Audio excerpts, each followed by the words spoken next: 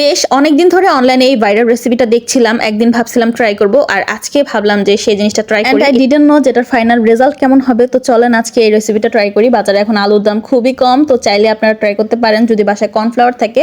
এই রেসিপিটার জন্য cornflour must. রমজানের বাজারে আমার হাজবেন্ড বাসায় বড় বড় এরকম কর্নফ্লাওয়ার এবং সসের ডিব্বা ছিল, তো এই কারণে হচ্ছে আমার মাথা প্যারা উঠছে এগুলো ট্রাই করার, বাট আদৌ আমি জানি না এটার ফাইনাল রেজাল্ট। আমি না কোনো সময় অন্যদের রেসিপি ফলো করতে পারি না, ফলো করতে গেলে আমার 19-20 হয়ে যায়, কজ আমি মন দিয়ে অনেক কিছু দেখি না, আর এই কারণে হচ্ছে দু একটা জিনিস মিস হয়ে যায় আর আমার এদিক ওদিক হয়ে যায়। এবং আজকে যে কি হয়েছে লাস্টে যদি ভিডিওটা আপনারা না দেখেন তাহলে এই ভিডিওটা পুরাই মিস দেখা, অবশ্যই লাস্ট পর্যন্ত দেখবেন। তো এট ফার্স্ট আমি এখানে রেসিপি অনুযায়ী আলুগুলোকে বয়েল করে নিয়েছি, একদম ছোট ছোট করে কেটেছি যাতে তাড়াতাড়ি বয়েল হয়ে যায়। তারপর হচ্ছে গরম অবস্থায় আলুগুলোকে ম্যাশ করে নিচ্ছি এবং যতটা পারি ভালো করে ম্যাশ করতে হবে। তো এটা যখন একদম হালকা গরম ছিল তখন হাত দিয়ে এখন আমি ভালো করে ম্যাশ করে নিব। এটাকে একদম আটার মতো ময়ান করতে হবে, এই কারণে হচ্ছে আমি এটাকে অনেক অনেক অনেক বেশি ম্যাশ করেছি যতটুকু সম্ভব হয়েছে। তারপরে হচ্ছে আমি এখানে কর্নফ্লাওয়ারগুলো অ্যাড করে দিব, এবং আমি না বুঝতে পারতেছিলাম না কর্নফ্লাওয়ার এখানে কতটুকু দেওয়া উচিত, যেহেতু আমি একটু বেশি পরিমাণে আলু নিয়েছি, কজ আমার বাসায় কিন্তু অনেক বেশি মেম্বার্স, আপনারা সবাই জানেন, এজন্য একটু বেশি বেশি করে বানাতে হয়। তবে আমি আপনাদেরকে সাজেস্ট করবো আপনারা কখনো এগুলো না যখন প্রথমবারের মতো বানাবেন তখন এত বেশি করে বানাবেন না, একটু কম করে বানাবেন। এখন পর্যন্ত মনে হচ্ছিল আমি সবকিছু পারফেক্ট ভাবেই করছি, তো এখন হচ্ছে আমি হাত দিয়ে এটাকে শেপ দিব, এবং এই কাজটা বেশ কষ্টকর, কারণ অনেকগুলো যখন বানাবেন না এরকম হাত দিয়ে বানাতে গেলে প্রায় কোমর ব্যথা হয়ে যাবে, আমার তো সে অবস্থায় হয়ে যাচ্ছিল। তো প্রথম কিন্তু শেপটা একটু এদিক ওদিক হয়েছে, পরবর্তীতে আমি খুব সুন্দর করে বানিয়েছি। প্রথম অবস্থায় আমি যেহেতু প্রথমবার বানাচ্ছি একটু শেপটা এদিক ওদিক হয়েছে, দেখেন কেমন কেমন হয়েছে, বাট পরবর্তীতে আমি যখন অফ ক্যামেরায় বানাইছি তখন দেখেন শেপগুলো কত সুন্দর করে হয়েছে বাকিগুলার। তো এরকম সুন্দর করে একটা বোতলের মুখা দিয়ে আমি এরকম শেপ করে নিয়েছি। এটা খুবই সহজ, হাতের আঙ্গুলে জাস্ট একটু গোল করে চাপ দিয়ে বোতল দিয়ে এরকম একটু চাপ দিলে এটা হয়ে যায়। তারপর হচ্ছে আমি এখানে গরম পানিতে এটাকে সেদ্ধ করতে দিছিলাম, আবার এই সেদ্ধ করতে গিয়ে আমি বুঝতে পারি নাই যে কেমনে কি কি হয়ে গেল না হয়ে গেল। আমি তো সবকিছু মনে হলো যে ঠিকঠাক মতোই দিছি, ভাবছিলাম তো নুডলসের মতো সেদ্ধ হয়ে যাবে। আর ওইখানে সেদ্ধ দিয়ে আমি এখানে হচ্ছে এটার জন্য যে গ্রেভিটা বানাবো সেটা রেডি করে নিচ্ছিলাম। তো আমি নুডলসে যেরকম গ্রেভি দেই সেরকম গ্রেভি এখানে দিব।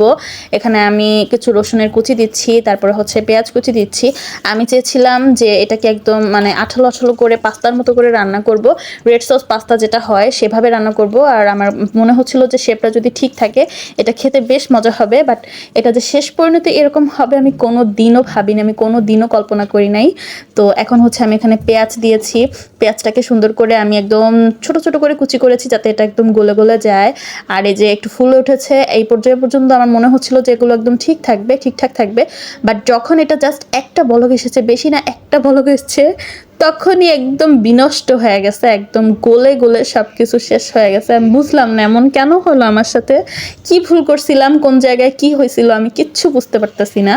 সবগুলো আমার জিনিস নষ্ট হয়ে গেছে, একদম গলে গেছে। তারপরও আমি সেগুলোকে ছেঁকেছি পানি দিয়ে, যেহেতু এটাকে ওয়েস্ট করা যাবে না কোনোভাবেই।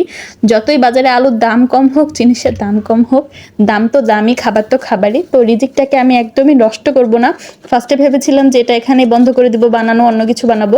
সকালে যেহেতু আমি ব্রেকফাস্ট এটা বানাতে চেয়েছিলাম, তো ব্রেকফাস্ট তো আমাকে বানাতেই হবে সবার জন্য, আমার নিজের জন্য না হোক আমার ফ্যামিলির বাকি পার্সনদের জন্য, শ্বশুর শাশুড়ির জন্য আমাকে ব্রেকফাস্ট বানাতে হবে। তো আমি এইগুলাকেই এখানে ভাজির মতো করে নিচ্ছি, যেহেতু এগুলো আলু খাওয়া হয়ে যাবে ভর্তার মতো। আমার বাসার সবাই তো এটাকে আলু ভর্তা করতেছে, আবার কেউ কেউ বলছে যে এটা তো হালুয়া হয়ে গেছে পুরা। ভাগ্যিস আমার শ্বশুর শাশুড়ি খুব ভালো মানুষ, তারা এত কিছু বুঝে না, নরম সরম নম্রভদ্র মানুষ। তো তারা হচ্ছে চুপচাপ খেয়ে ফেলছে এবং খেয়ে প্রশংসা করছে যে জিনিসটা বেশ মজা হয়েছে, কারণ তারা এই ভাইরাল রেসিপি সম্পর্কে তো আর কিছু জানে না, ভাবছে আমি নতুন কিছু বানাইছি। বানাইতে চাইছিলাম জরিনা, হয়ে গেছে কারিনা।